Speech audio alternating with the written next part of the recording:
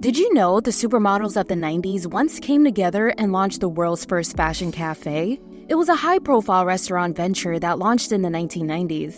It started off as an ambitious collaboration between fashion industry icons and businessmen, combining the glamour of the fashion industry with fine dining. Despite initial excitement and grand aspirations, the venture faced a series of financial issues and lawsuits that ultimately led to its failure. But get this.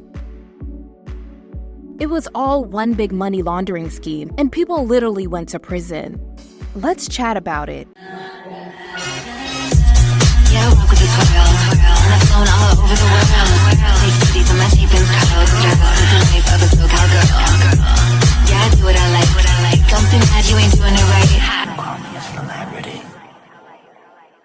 In 1994, supermodels Naomi Campbell, Claudia Schiffer, Elle Macpherson, and later, Christy Turlington, and businessmen Tommaso and Francesco Butti announced the Fashion Café, an upscale restaurant that aimed to create a chic and stylish atmosphere that celebrated the lifestyle and allure of the fashion world. The girls showed up to the pre-construction party wearing Fashion Café branded leather jackets and hard hats to promote the business venture. We're giving back, and this is a way to prove it by having this restaurant. Its flagship location was opened in early April 1995 at New York City's Rockefeller Center with a star-studded red carpet launch to mark the finale of New York Fashion Week. Designers were even changing the date of their shows to avoid competing with the event.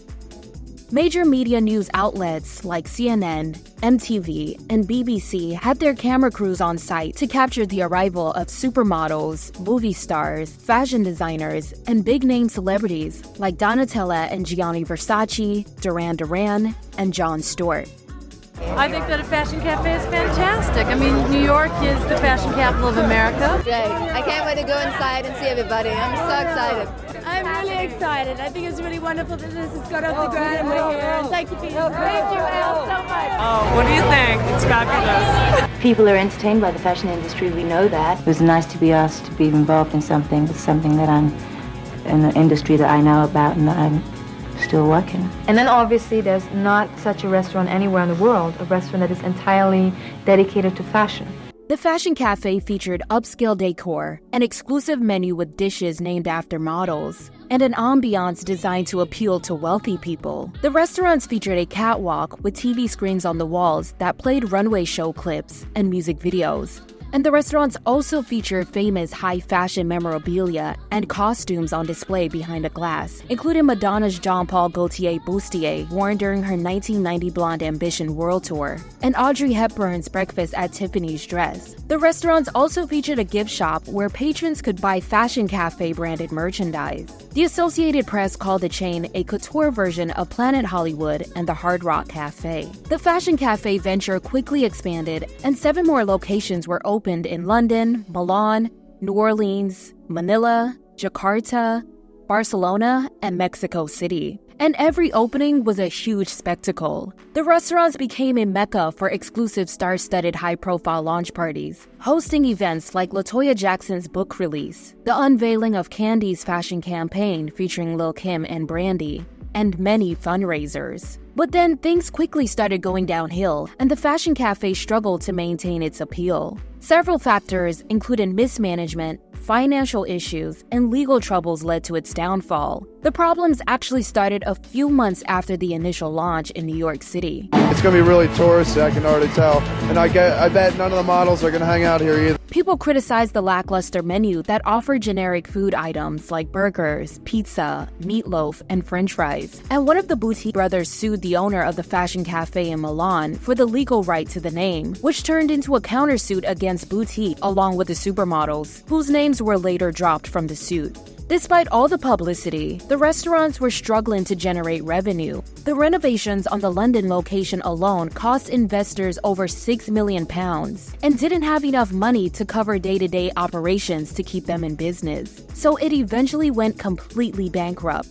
By 1997, the Barcelona and New Orleans locations had already been shut down, and Christy Turlington was the first to resign. And Tommaso, the company's biggest investor, also resigned and sold his stake.